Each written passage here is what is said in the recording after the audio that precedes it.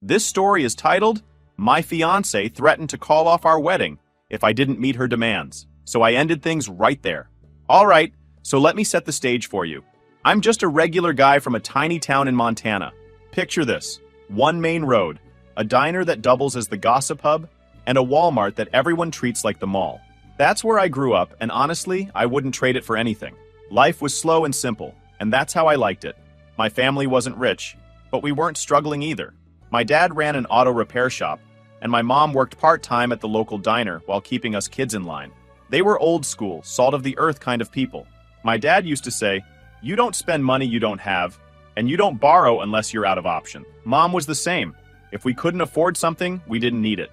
No whining, no shortcuts, just hard work and patience. Growing up, I learned how to save early. My first job was mowing lawns for neighbors in the summer. And instead of blowing the money on video games like my friends, I'd stash most of it away. By the time I graduated high school, I had a couple thousand saved up, which felt like a fortune at 18. College wasn't a big flashy deal for me either. I went to a state school nearby, working part-time at a hardware store to cover my expenses. My degree was in information technology, nothing glamorous, but it got me a steady job as a network technician after graduation. It wasn't the kind of job that makes people go, wow, but it paid well, and I didn't dread going to work. By the time I hit 31, I was living the life I thought I wanted. I had a little apartment, a 10-year-old pickup that still ran great, and a decent savings account. I wasn't into flashy stuff. I bought my clothes on sale, cooked most of my meals at home, and didn't care about keeping up with trends. Life was simple, and I was content. Now, I'll admit, my dating life was nothing to write home about. I'd had a few girlfriends over the years, but nothing serious. Most of them wanted to move to the city or live a lifestyle I couldn't and didn't want to afford. That was fine by me.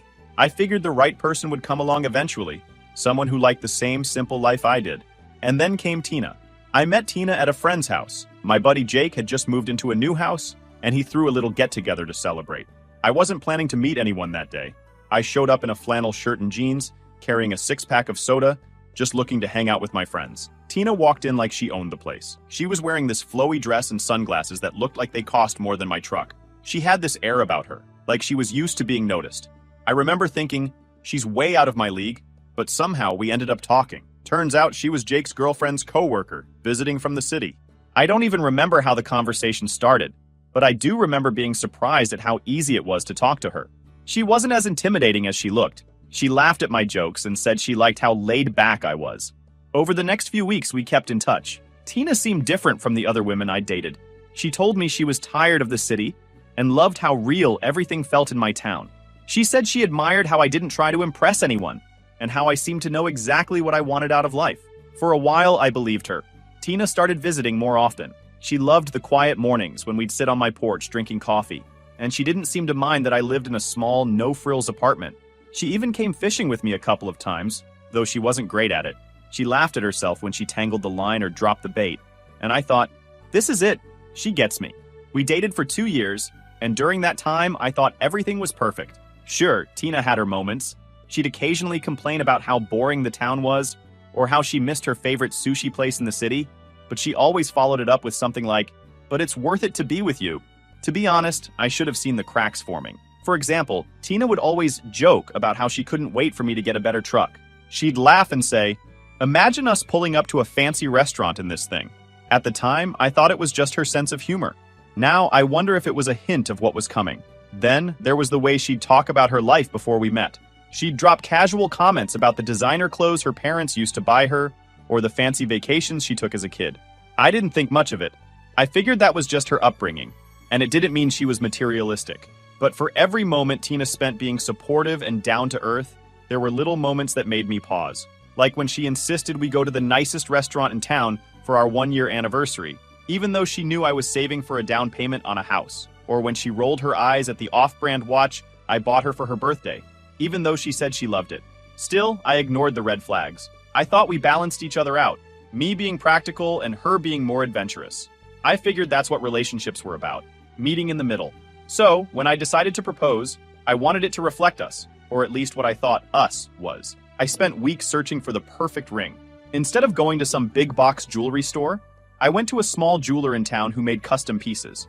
I picked out a beautiful gold band with a small, vibrant sapphire in the center. It wasn't massive, but it was unique and meaningful. I thought it captured Tina perfectly. Classy, but understated.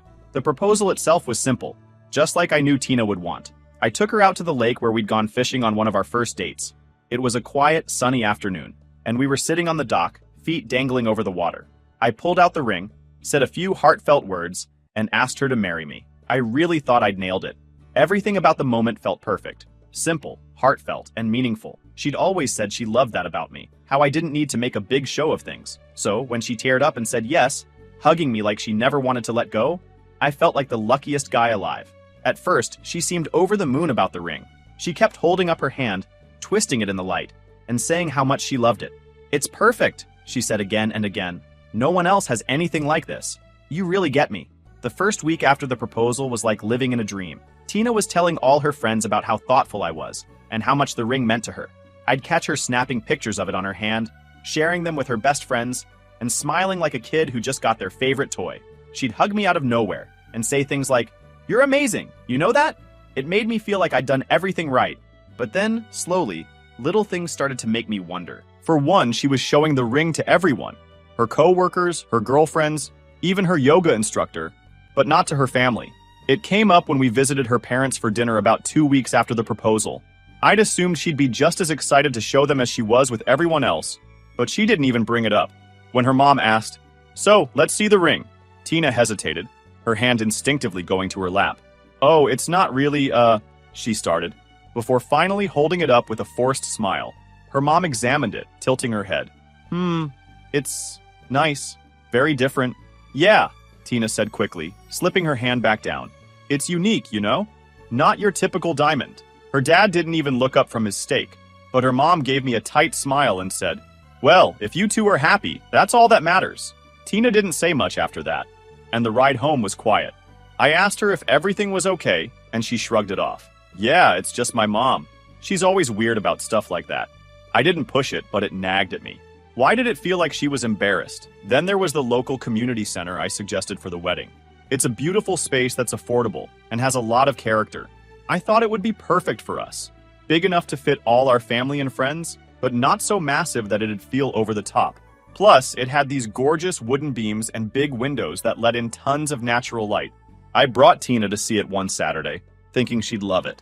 She walked around politely, nodding at all the details I pointed out, but her excitement wasn't there. "What do you think?" I asked, trying to gauge her reaction. "It's nice," she said after a pause, but there was a hint of hesitation in her voice she couldn't hide. "Just nice?" I pressed, laughing a little to lighten the mood. She shrugged. "I mean, yeah, it's fine. It's just, I don't know. It's not what I imagined, you know? But if it's what works, then that's fine." I felt a pang of disappointment. I'd been so sure this place would be a perfect fit for us, but her lukewarm response made me second-guess myself. Still, I told myself it was just a matter of adjusting expectations. Maybe she'd warm up to the idea once we started planning more details. After all, Tina kept telling me she loved how I kept things grounded and practical. That was part of what brought us together, or so I thought. There were other moments like that, little cracks in the perfect image she'd presented. One evening, when we were hanging out with her friends, one of them asked to see the ring. Tina held out her hand, and her friend gushed about how unique it was. "Oh my gosh, it's so you," her friend said. Tina smiled, but it was more subdued than usual. "Yeah, he really put a lot of thought into it," she said. Her tone was off, like she was trying to sound enthusiastic, but wasn't quite pulling it off. It felt like she was playing along for my benefit, and it left me with this gnawing feeling in the back of my mind. Still, I brushed it off. I figured maybe I was overthinking things. Wedding planning is stressful, right? Maybe she just had a lot on her plate. But as time went on, those little moments added up. Tina would rave about the ring and the proposal to some people, but downplay it with others, like she was trying to manage expectations depending on who she was talking to. I remember overhearing her on the phone with her sister one night.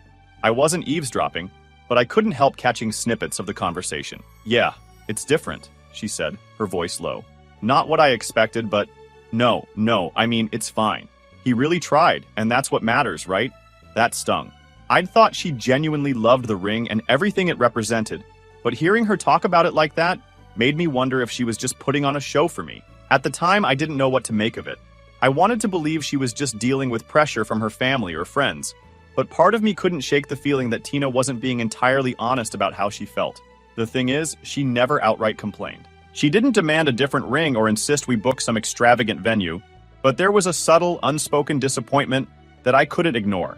It was in the way she hesitated when someone asked about the ring, the way she looked around the community center, like she was forcing herself to see potential, the way she always seemed to deflect when I asked her what she wanted. At the time, I chalked it up to nerves or stress. After all, planning a wedding is a big deal, and Tina had always seemed so supportive of my practical approach to life. I figured we'd work through it together, but now I wonder if those little moments were warning signs of what was to come. If Tina's true feelings were starting to peek through, even if she wasn't ready to say them out loud. And then, little by little, things started to shift. It began with the guest list. I'd assumed we'd keep it small. Just close family and friends, maybe 50 people tops. Tina and I both come from pretty big families, but I thought we could find a way to pare it down. When I brought it up, Tina seemed on board. "Yeah, that sounds good," she said. "We don't need a massive crowd. It's about us, not anyone else." Great, I thought. We're on the same page. But a week later, she handed me a rough draft of the guest list, and my jaw nearly hit the floor. It had over 200 names on it. "What is this?" I asked, holding up the list. "It's just a starting point," Tina said, smiling like she hadn't just doubled our head count. "Tina, this is 4 times the number we talked about." She shrugged. "I couldn't leave anyone out. I mean, my parents have a lot of friends, and they'd be offended if we didn't invite them. And then there's my co-workers, plus some of my college friends." I frowned. "Do you even talk to half these people?" "Not all the time," she admitted. "But it would be rude not to invite them. Plus, the more people we invite, the more gifts we get, right?" She laughed like it was a joke, but I wasn't so sure. "Gifts aren't the point, Tina," I said. "We can't afford a wedding for 200 people. We'll figure it out," she said breezily. "It's not like everyone will show up anyway." I let it go for the moment, thinking we'd revisit the list and trim it down later. But deep down, I started to feel like I was losing control of the wedding plans. Then there was the venue. After the lukewarm reaction to the community center, Tina began showing me pictures of other places, ones that looked like they belonged in a movie, not a small-town wedding. One was a vineyard with sprawling gardens and chandeliers in the ballroom. Another was a fancy hotel downtown with a rooftop terrace and city views. "These are just ideas," Tina said, scrolling through the pictures on her phone. "They're beautiful," I admitted, "but they're way out of our budget." She sighed. "I know, but don't you think it would be amazing to get married somewhere like this? It's our wedding. It should feel special." "It will feel special," I said. "It's not about the venue. It's about us." Tina gave me a tight smile. "I know. I just want it to be memorable, that's all." I could tell she wasn't happy, but she didn't push it further that night. Still, the seed had been planted. As the weeks went on, her expectations kept creeping up. First, it was the guest list and the venue. Then it was the food. "What about a buffet?" I suggested one evening while we were going over catering options. "It's affordable and people can pick what they like." "Buffets are so casual," Tina said, wrinkling her nose. "Don't you think a plated dinner would be nicer?" "Sure, if we could afford it," I said. "But a sit-down dinner for 200 people would cost a fortune." "We don't have to go overboard," she said. "Just a couple of courses, maybe steak or salmon." "Tina, do you know how much that would cost?" "We'll figure it out," she said again. Her favorite phrase lately. It was the same with the entertainment.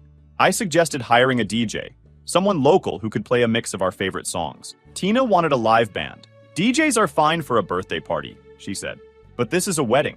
A live band would make it so much more elegant." "Do you know how expensive live bands are?" She sighed. "It's just an idea. I'm not saying we have to do it, but wouldn't it be nice?" Every conversation felt like this. Her suggesting something extravagant and me reminding her we couldn't afford it. She always said she understood, but I could tell she was disappointed. It wasn't anything she said outright, but it was in the way her smile would falter, or how she'd change the subject. The turning point came when Tina casually brought up the idea of hiring a wedding planner. "I think it would help take some of the stress off us," she said one night while we were having dinner. "Tina, wedding planners are expensive," I said. "But they save you money in the long run," she argued. "They know how to negotiate with vendors and stuff." "I think we can handle it ourselves," I said. "It's not like we're planning a royal wedding." Tina gave me a look I couldn't quite read. "I just don't want to feel overwhelmed," she said quietly. I felt a twinge of guilt. Maybe I was being too rigid. Tina had a demanding job, and I knew she wanted the wedding to be special. Still, I couldn't shake the feeling that her idea of special was getting further and further from what we'd originally talked about. The final straw, at least for this chapter, came when I caught her scrolling through pictures of engagement rings on her phone. "Looking for ideas for someone else?" I teased, peeking over her shoulder. She quickly locked the screen and gave me a nervous laugh. "No, just browsing." "For what?" I asked, confused. Nothing, she said quickly. I didn't press her, but it stuck with me. Later that night, when she went to the bathroom, I couldn't resist sneaking a peek at her phone. The search history was full of diamond engagement rings and how to upgrade your engagement ring. I'd spent months saving for her ring, thinking it was exactly what she wanted. She'd told me how much she loved it, how thoughtful and unique it was. And now she was secretly looking for something bigger and flashier? I didn't say anything right away.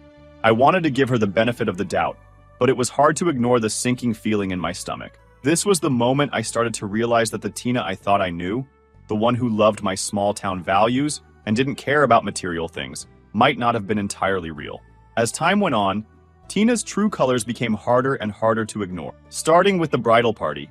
At first, Tina told me she wanted her bridesmaids to pick their own dresses within a certain color scheme. I thought that was thoughtful and practical. She'd always said she didn't want to burden her friends financially, but apparently that plan didn't last long. One night, she came home with a handful of bridal magazines and a Pinterest board full of ideas.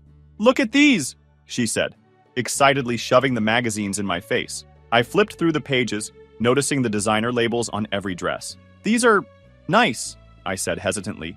"But they look expensive?" "Well, yeah," Tina said, as if it were obvious. "They're Vera Wang. You can't go wrong with a classic designer dress." For you or the bridesmaids?" I asked, already sensing where this was headed. "For the bridesmaids," she said casually, like it was no big deal. "Tina, those dresses are going to cost hundreds of dollars each," I said. "Are you sure your friends can afford that?" She shrugged. "They'll figure it out. It's one day, and it's important to me that everything looks cohesive. Plus, they'll have a beautiful dress they can wear again." "Tina, most people don't wear bridesmaid dresses again. It's not exactly practical." She rolled her eyes. "Why do you always have to be so negative? It's my wedding, and this is what I want. They'll understand." I didn't argue further, but the whole thing left a bad taste in my mouth. It wasn't just about the money. It was the way she seemed to expect her friends to bend over backward for her, no matter what. The next blow came with the bachelorette party. I thought she'd do something simple, like a night out with her friends, or a weekend at a cabin. But Tina had other ideas. "We're going to Miami," she announced one evening, grinning from ear to ear. "Miami?" I repeated, stunned. "Yeah, a long weekend on the beach with my girls. It'll be so much fun." "That sounds expensive," I said carefully. "Well, yeah," she said with a laugh. "But it's a once-in-a-lifetime thing. They'll understand." "Did you talk to your friends about it?" "Not yet," she admitted. "But I already booked the villa. They'll figure it out." "Tina, what if some of them can't afford it? Then they're not real friends," she said flatly. "If they cared about me, they'd make it work." I couldn't believe what I was hearing. This wasn't the Tina I thought I knew, the one who said she loved my simple, practical approach to life. It was like she'd transformed into a completely different person, someone who cared more about appearances and extravagance than the people around her. But the worst was yet to come. One evening, Tina sat me down and told me she'd been talking to her parents about the wedding budget. I braced myself, knowing this conversation wasn't going to go well. "So," she began, "my parents think we should really consider taking out a loan to make sure we have the wedding we deserve." I blinked, trying to process what she'd just said. "A loan? For the wedding?" "Yeah," she said, like it was the most reasonable thing in the world. "It's not like we can't pay it off later. It's just to make sure everything is perfect. Tina, we've talked about this. I don't want to start our marriage in debt." "It's not that big of a deal," she said, waving me off. "Everyone does it." "No, they don't," I said firmly. "And even if they did, I'm not doing it. I've worked hard to stay out of debt, and I'm not about to ruin that for one day." Tina's expression hardened. "You're being so selfish," she snapped. "This is supposed to be the happiest day of our lives, and you're acting like it's a chore." "I'm not being selfish," I said, trying to stay calm. "I'm being practical. We don't need to spend a fortune to have a beautiful wedding." She crossed her arms and glared at me. "Maybe you don't care about having a beautiful wedding, but I do. And if you loved me, you'd understand that." That hit me like a ton of bricks. I couldn't believe she was pulling the "if you loved me" card over something as ridiculous as taking out a loan for a wedding. "Tina, this isn't about love. It's about being responsible. I'm not going into debt for this. And that's final." She didn't say anything, just stood up and stormed out of the room. For the next few days, we barely spoke. Tina was clearly furious with me, but I wasn't backing down. I'd made my stance clear, and I wasn't going to let her guilt me into changing my mind. Then, as if to twist the knife further, she started involving my family. One night at dinner, my sister Becca pulled me aside. "Hey," she said, "I was talking to Tina, and she mentioned you've been, a little stubborn about the wedding plans." "Stubborn?" I repeated, annoyed. She just wants to make it special, Becca said. You know how much this means to her. Don't you think you could loosen up a little? Loosen up? I said, my voice rising. She wants me to take out a loan, Becca. A loan? For a wedding, Becca frowned. Well, yeah, but it's not like you can't pay it off later. That's not the point, I said, feeling my frustration boil over. I'm not going into debt for one day, no matter how special it is. If Tina can't understand that, then maybe we have bigger problems. Becca didn't have much to say after that, but I could tell she didn't agree with me. Tina had clearly done a good job of spinning the situation to make me look like the bad guy. At this point, I was starting to feel like I didn't even recognize the woman I'd proposed to. The kind, supportive, down-to-earth Tina I thought I knew had been replaced by someone who cared more about appearances and status than the life we were supposed to be building together. The wedding was no longer about us. It was about her and what she wanted. And the more I tried to stand my ground, the more she seemed to resent me for it. I wasn't sure how much more of this I could take. At this point, things were already on thin ice between me and Tina, but what happened next completely shattered whatever was left. The tension from all her demands and our fights had been building, but I still thought we might be able to work through it. I was wrong. It started with Tina asking me to come over to her parents' house for dinner. This wasn't unusual. We'd had dinner with her parents before. But this time, something felt off. She was overly sweet about inviting me, saying things like, "It's just a casual dinner. My parents want to talk about the wedding plans. Nothing serious." I should have trusted my gut because when I walked into their house that night, I could tell immediately that something was up.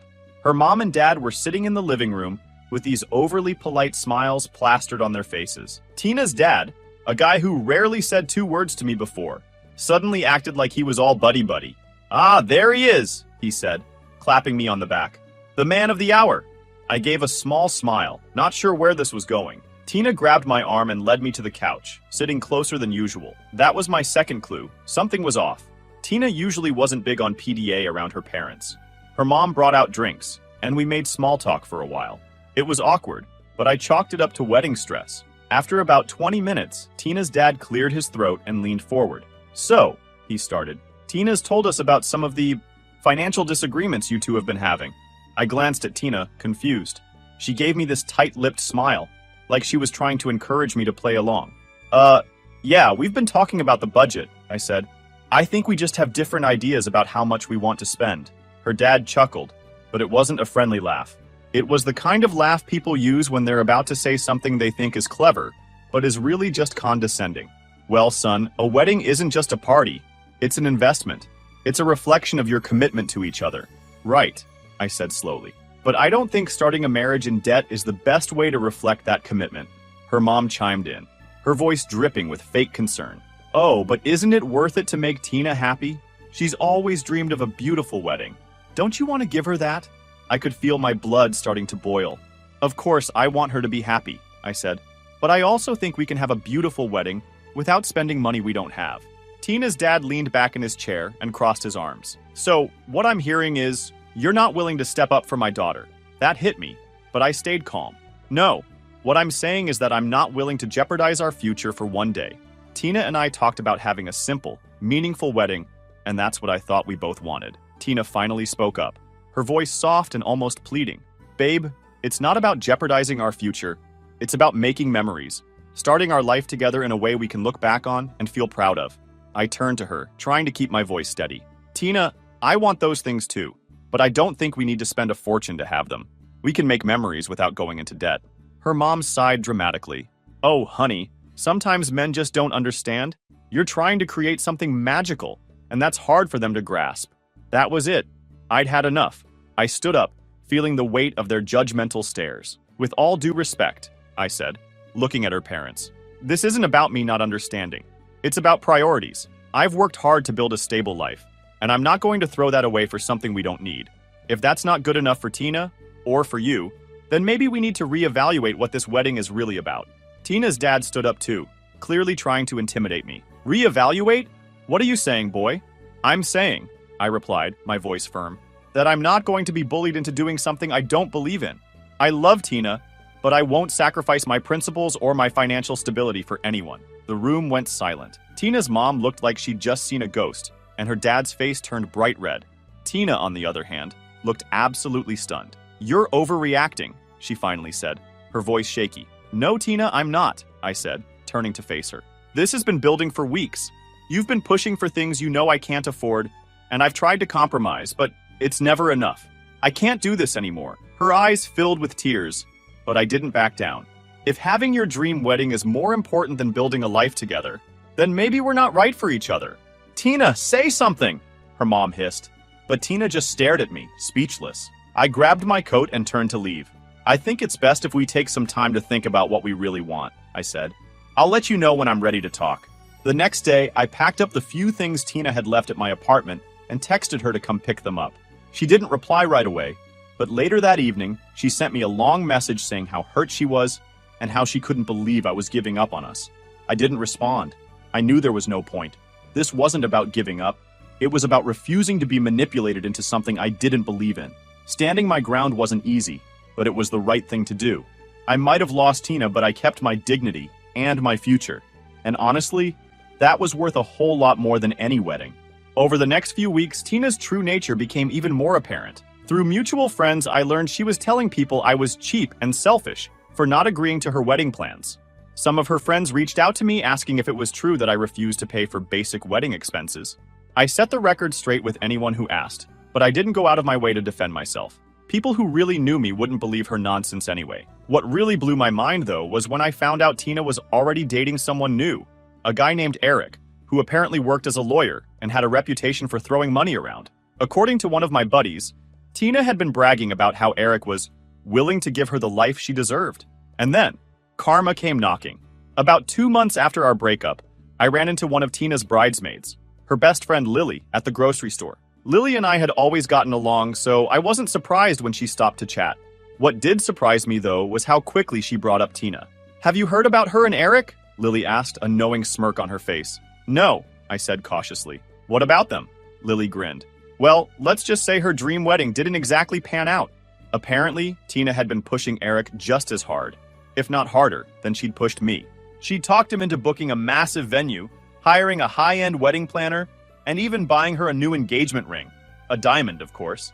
But when she started demanding an even bigger budget and throwing fits over minor details, Eric had had enough. "He called off the wedding," Lily said, clearly trying not to laugh. "And get this, he didn't just end the engagement. He dumped her entirely." I couldn't help but feel a little vindicated. I'd tried to tell Tina that her priorities were out of whack, but she wouldn't listen. Now she was facing the consequences of her action. Lily leaned in closer, like she was sharing a juicy secret. "She's been telling everyone he was a jerk, and that he led her on. But between you and me, she did this to herself." I thanked Lily for the update and went on with my shopping, feeling lighter than I had in weeks. Over the next few months, I threw myself into improving my life. I eventually bought a cozy little cabin just outside of town. It was exactly the kind of place I'd always dreamed of. Quiet, peaceful, and mine. Every now and then, I'd hear snippets about Tina through mutual friends. Apparently, she was struggling to find someone willing to meet her sky-high expectation. She'd gone on a few dates, but nothing ever lasted. One of my buddies joked that she'd probably end up marrying her credit card if it had a high enough limit. Looking back, I'm grateful for everything that happened with Tina. It wasn't easy, and there were moments when I felt like giving in just to keep the peace. But standing my ground taught me an important lesson. Love isn't about bending over backward to meet someone else's unrealistic demands. It's about mutual respect, compromise, and building a life together. Tina may have thought she could bully and guilt me into giving her what she wanted, but in the end, she only showed me who she really was. And honestly, I'm thankful for that. Sometimes, you have to go through the tough stuff to find out what really matters. For me, that meant walking away from Tina and choosing to put my own happiness and values first. And while it hurt at the time, it's a decision I'll never regret. Karma has a funny way of working things out, and seeing Tina's life unravel while mine got better was all the closure I needed.